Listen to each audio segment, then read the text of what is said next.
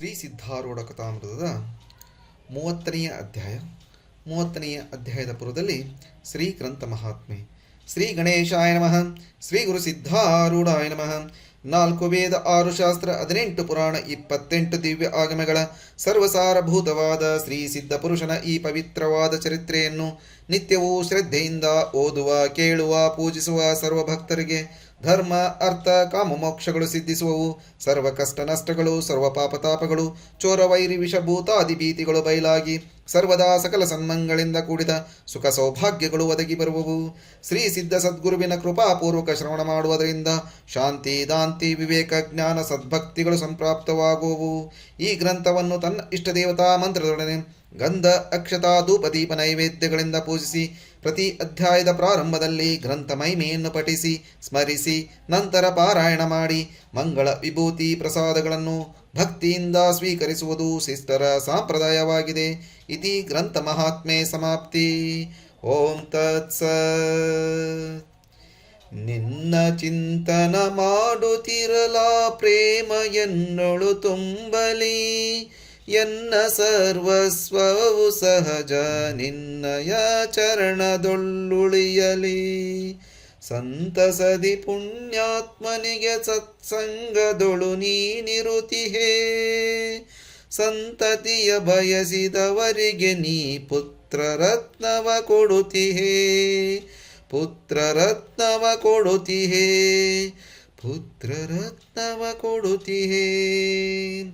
ಹೇ ಸದ್ಗುರುನಾಥನೇ, ನಿನ್ನ ಸ್ವರೂಪವನ್ನು ನೋಡಲಿಕ್ಕೆ ಹೋದರೆ ನಾಮರೂಪಗಳೆಲ್ಲ ಅಳಿದು ಹೋಗುವು, ಸಂಕಲ್ಪಗಳೆಲ್ಲ ಅಲ್ಲಲ್ಲಿ ತಮ್ಮಷ್ಟಕ್ಕೆ ಆತ್ಮಾಕಾರವಾಗುವು.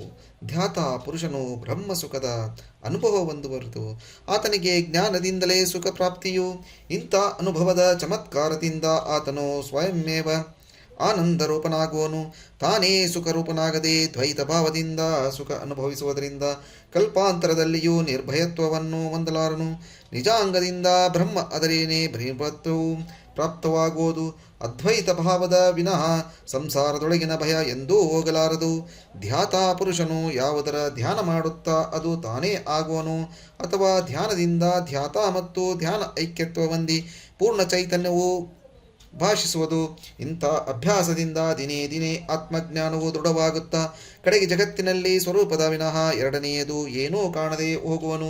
ಈ ಜ್ಞಾನವು ಗುರುಕೃಪೆಯಿಂದ ಪ್ರಾಪ್ತವು. ಯಾವಾತನು ಅನುದಿನದಲ್ಲಿ ಶ್ರವಣ, ಮನನ ಮತ್ತು ನಿಧಿಧ್ಯಾಸನಗಳಲ್ಲಿ ರತನಾಗಿರುವನು ಆತನೇ ಗುರುಕೃಪೆಗೆ ಪಾತ್ರನಾಗುವನು.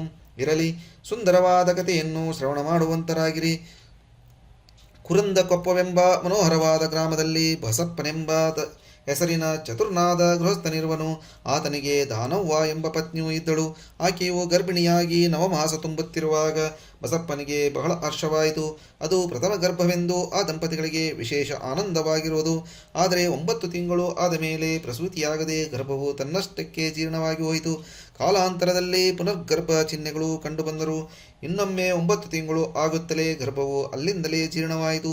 3ನೇ ಸರ್ತಿ ಗರ್ಭಿಣಿಯಾದಳು. ಈ ಸಮಯದಲ್ಲಿ ಒಬ್ಬ ಸ್ತ್ರೀಯು ದಾನವ್ವನಿಗೆ ಭೇಟಿಯಾಗಿ ಆಕೆ ವೃತ್ತಾಂತವನ್ನು ಸಂಪೂರ್ಣವಾಗಿ ಕೇಳಿಕೊಂಡು ಆಕೆಗೆ ಅನ್ನುತ್ತಾಳೆ, ಈ ಪ್ರಕಾರ 2 ಸರ್ತಿ ಗರ್ಭಿಣಿಯಾಗಿ 9 ತಿಂಗಳಾದರೂ ಪ್ರಸವವಾಗದೆ ಬರುವುದು ಬಹಳ ಅಪೂರ್ವವಾಗಿರುವುದು. ಆದ್ದರಿಂದ ನೀವಿಬ್ಬರೂ ಹೀಗೆ ಮಾಡಿರಿ. ಹುಬ್ಬಳ್ಳಿ ಶಹರದೊಳಗೆ ಸಿದ್ಧಾಶ್ರಮದಲ್ಲಿ ಸಿದ್ಧಾರೂಢ ಸ್ವಾಮೀಜಿಯವರಿರುವರು. ಭಕ್ತ ಸಂಕಟ ನಿವಾರಣ ಮಾಡುವುದರಲ್ಲಿ ಅವರು ಯಾವಾಗಲೂ ಜಾಗೃತರಾಗಿರುವರು. ಭಕ್ತರ ಸಂಕಷ್ಟಗಳನ್ನು ಪರಿಹರಿಸಿ ಅವರಿಗೆ ಕಲ್ಯಾಣ ಮಾಡುವರು. ನೀವು ದಂಪತಿಗಳು ಅವರ ಕಡೆಗೆ ಹೋಗಿ ಅವರಿಗೆ ಪ್ರಾರ್ಥಿಸಿ ನಿಮ್ಮ ವೃತ್ತಾಂತವನ್ನು ಹೇಳಿರಿ. ಆತನು ಬಹು ದಯಾವಂತನಾದ ಸದ್ಗುರು ಇದ್ದು ಭಕ್ತ ಕರುಣಾಕರನಿದ್ದಾನೆ. ಆತನನ್ನು ವರ್ಣಿಸಲು ಸಾಧ್ಯವಿಲ್ಲ. ಅವನೊಬ್ಬನೇ ಜಗದ್ಗುರು ಇರುವನು. ನೀವು ಆತನಿಗೆ ನಿಮ್ಮ ಸಂಕಟವನ್ನು ನಿವೇದಿಸಿ ಪುತ್ರ ಬೇಕೆಂದು ಬೇಡಿದರೆ ಆ ಕರುಣಾಕರನು ಅದಕ್ಕೋಸ್ಕರ ತತ್ಕಾಲವೇ ಉಪಾಯ ಮಾಡುವನು. ಇದನ್ನು ಕೇಳಿ ದಾನವ್ವ ಅನ್ನುತ್ತಾಳೆ, ಹಾಗಾದರೆ ನಮಗೆ ಪುತ್ರನನ್ನು ಕೊಡುವುದಕ್ಕಾಗಿ ಅವರು ಏನು ತೆಗೆದುಕೊಳ್ಳುವರು? ಇದನ್ನು ನನಗೆ ಹೇಳುವಂತವರಾಗು. ನೀವು ಶ್ರೀಮಂತರಾಗಿದ್ದು ಅವರಿಗೆ ಬೇಕಾದಷ್ಟು ದ್ರವ್ಯವನ್ನು ಕೊಡಲಿಕ್ಕೆ ಸಮರ್ಥನಿದ್ದೀರಿ. ಅದಕ್ಕೆ ಆ ಸ್ತ್ರೀಯು, ಆತನು ದ್ರವ್ಯ ಬೇಡುವುದಿಲ್ಲ, ಆತನಿಗೆ ನಿರ್ಮಲವಾದ ಚಿತ್ತವೊಂದೇ ಬೇಕಾಗುವುದು. ಶುದ್ಧ ಚಿತ್ತದೊಂದು ಬಿಡುವಿ. ಆತನಿಗೆ ಶರಣು ಬಂದವರಿಗೆ ಬೇರಿದ್ದನ್ನು ಕೊಡುವನು. ಶ್ರೀಮಂತನಾದ್ದೋ ದರಿದ್ರನಿದ್ದಾನೋ ಎಂಬುದು ನೋಡದೆ ದುಃಖಿತನಿದ್ದವನ ದುಃಖವನ್ನು ಪರಿಹರಿಸುವನು ಎಂದು ಅಂದಳು. ಈ ವಚನ ಕೇಳಿ ದಾನವ್ವ ಅವಳು ಆನಂದಪಟ್ಟು, ಹೇ ಸ್ತ್ರೀಯೇ, ನೀನು ಸದ್ಗುರುವೇ ಆಗಿ ನಮ್ಮ ಉದ್ಧಾರಾರ್ಥ ಬಂದಿರುವಿ ಎಂದು ಆಕೆಯನ್ನು ಉಪಚರಿಸಿ ಕಳುಹಿಸಿದಳು. ಆಮೇಲೆ ದಾನವ್ವ ತನ್ನ ಪತಿಯನ್ನು ಕುರಿತು ಎಲ್ಲ ಸಂಗತಿಯನ್ನು ಹೇಳಿ ಅನ್ನುತ್ತಾಳೆ. ಇವತ್ತೇ ಹೊರಟು ಹುಬ್ಬಳ್ಳಿಗೆ ಹೋಗಿ ಸಿದ್ಧಾರೂಢ ಸದ್ಗುರುಗಳ ದರ್ಶನವನ್ನು ತೆಗೆದುಕೊಳ್ಳೋಣ. ಸದ್ಗುರುಗಳಿಗೆ ಅರ್ಪಿಸಲಿಕ್ಕೆ ಫಲಾದಿ ವಸ್ತುಗಳನ್ನು ತೆಗೆದುಕೊಂಡು ಗ್ರಾಮದಿಂದ ಹೊರಟು ಸಂಜೆ ಹೊತ್ತಿಗೆ ಸಿದ್ಧಾಶ್ರಮಕ್ಕೆ ಬಂದು ಮುಟ್ಟಿಸಿದರು. ಬರುವಾಗ ದೂರದಿಂದಲೇ ಆ ಸಚೇತವಾದ ಸದ್ಗುರುಮೂರ್ತಿಯನ್ನು ನೋಡುವಂತರಾದರು. ಸದ್ಗುರುಗಳು ಎರಡೂ ಪಾರ್ಶ್ವಗಳಲ್ಲಿ ಭಕ್ತಜನರು ಸಾಲಾಗಿ ನಿಂತು ಆನಂದದಿಂದ ಭಜನೆ ಮಾಡುತ್ತಿದ್ದರು. ಆಮೇಲೆ ಕರ್ಪೂರ ಜ್ಯೋತಿಯನ್ನು ಹಚ್ಚಿ ಎಲ್ಲರೂ ಸುಸ್ವರದಿಂದ ಮಂಗಳಾರತಿಯನ್ನು ಹಾಡಿದರು. ಆ ಆನಂದಕ್ಕೆ ಗಣನೆ ಇಲ್ಲದಂತಾಯಿತು. ನಂತರ ಸ್ತ್ರೀ ಪುರುಷ ಭಕ್ತ ಜನರೆಲ್ಲರೂ ಸದ್ಗುರು ಮುಂದೆ ಸಹಸ್ರಾಂಗ ನಮಸ್ಕಾರಗಳನ್ನು ಹಾಕಿ ಆತನೇ ಆಜ್ಞೆಯನ್ನು ಪಡೆದುಕೊಂಡು ತಮ್ಮ ತಮ್ಮ ಸ್ವಸ್ಥಾನಕ್ಕೆ ಹೋಗುವಂತರಾದರು. ಬಸಪ್ಪ ಮತ್ತು ದಾನವ್ವ ಓಡುತ್ತಾ ಬಂದು ಅತ್ಯಾನಂದದಿಂದ ಗುರುಚರಣಕ್ಕೆ ಬಿದ್ದು ಫಲಾದಿ ವಸ್ತುಗಳನ್ನು ಮುಂದಿಟ್ಟು ನಿಂತುಕೊಂಡರು. ಇವರನ್ನು ನೋಡಿ ಸದ್ಗುರುಗಳು, ಯಾವ ಕಾರ್ಯಕ್ಕೋಸ್ಕರ ಇಲ್ಲಿಗೆ ಬಂದಿರುವಿ ಎಂದು ಕೇಳಲಾಗಿ ಬಸಪ್ಪನು ಬಹು ದೈನ್ಯ ಭಾವದಿಂದ ಅನ್ನುತ್ತಾನೆ, ನಿನ್ನ ಸ್ತ್ರೀಯು 2 ವೇಳೆ ಗರ್ಭಿಣಿಯಾದಳು. ನನ್ನ ಸ್ತ್ರೀಯು 2 ವೇಳೆ ಗರ್ಭಿಣಿಯಾದಳು. ಆದರೆ ನವಮಾಸಾಂತ್ಯದಲ್ಲಿ ಗರ್ಭವು ಜೀರ್ಣವಾಗಿ ಹೋಗುವಂಥದ್ದಾಯಿತು. ಈಗ 3ನೇ ಸರ್ತಿ ಗರ್ಭಿಣಿಯಾಗಿರುತ್ತಾಳೆ. ಈ ಸಾರಿಯಾದರೂ ಈಕೆಯಲ್ಲಿ ಪುತ್ರೋತ್ಪತ್ತಿಯಾಗಬೇಕೆಂದು ಇಚ್ಛಾ ಹಿಡಿದು ತಮ್ಮ ಚರಣಕ್ಕೆ ಬಂದಿರುತ್ತೇವೆ. ಆದ್ದರಿಂದ ಹೇ ಸ್ವಾಮಿ, ನನ್ನ ಮೇಲೆ ಕೃಪೆ ಮಾಡಬೇಕು. ಆಗ ಸದ್ಗುರುವು ತನ್ನೊಳಗೆ ವಿಚಾರಿಸಿ ಮೃದು ವಚನವನ್ನು ನುಡಿಯುವಂತನಾದನು. ಬಸಪ್ಪನೇ, ನೀನು ಮಹಾಪುಣ್ಯವಂತನು. ಆಕೆ ಹೊಟ್ಟೆಯಲ್ಲಿ ಪುತ್ರನು ಹುಟ್ಟುವನು. ಆತನು ಮಹಾ ತಪೋನಿಧಿಯಾಗಿದ್ದು ಅವನಿಗೆ ಉಪಾಧಿಯು ಸೇರದಿರುವುದರಿಂದ ಹುಟ್ಟಿದ ಕೂಡಲೇ ಆತನು ಸಾಧುಗಳ ಮಧ್ಯದಲ್ಲಿ ಹೋಗಿರುವನು. ನಿಮಗೂ ಆತನಿಗೂ ಎಂದೂ ಭೇಟಿಯಾಗಲಿಕ್ಕಿಲ್ಲ. ಪುತ್ರನಾಗುವನು ಎಂಬ ವಚನವನ್ನು ಕೇಳಿ ಆ ದಂಪತಿಗಳು ಮನಸ್ಸಿನಲ್ಲಿ ಆನಂದಪಟ್ಟರು.